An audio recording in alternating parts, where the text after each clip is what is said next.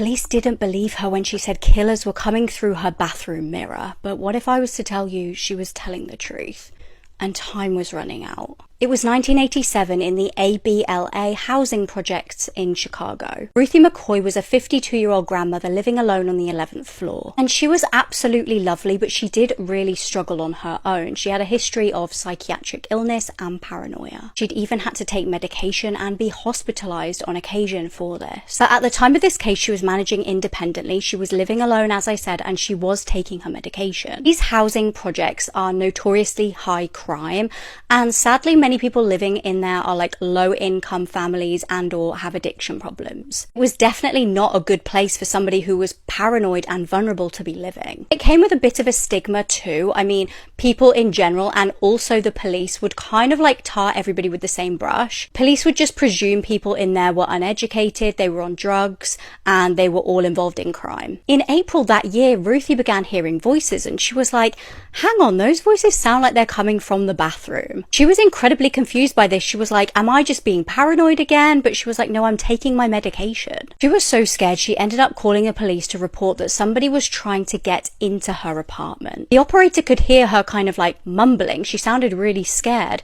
but they could just about make out she was saying they want to come through the bathroom. She was like, somebody is breaking in via my bathroom cabinet. Like I said, Ruthie had been known to hear and see things, and she'd often talk to herself, so the operator actually just didn't believe her. They were like, yeah, okay, we'll send someone round. But it would end up all being far too little too late. Police just waited. They actually waited until 2 more calls came in from other neighbors. These were crazy reports of screaming and gunshots, like obviously somebody needed help. It was only after that they were like, oh, okay, maybe this actually is real after all. Police arrived just after 9 p.m. and knocked and knocked and knocked and didn't get an answer at Ruthie's door. They even tried to access a spare key from the apartment block, but when the spare key wouldn't work, they just kind of gave up. It's infuriating to me. This is a vulnerable woman living on her own. They were like, well, it's a high crime area, gunshots are kind of common, we don't really want to get sued for breaking down the door of this flat, so we'll just leave. It was days later that yet again, the neighbors, bless them, raised the alarm because they were really worried about her. They were like, we still can't get an answer, we still haven't seen her.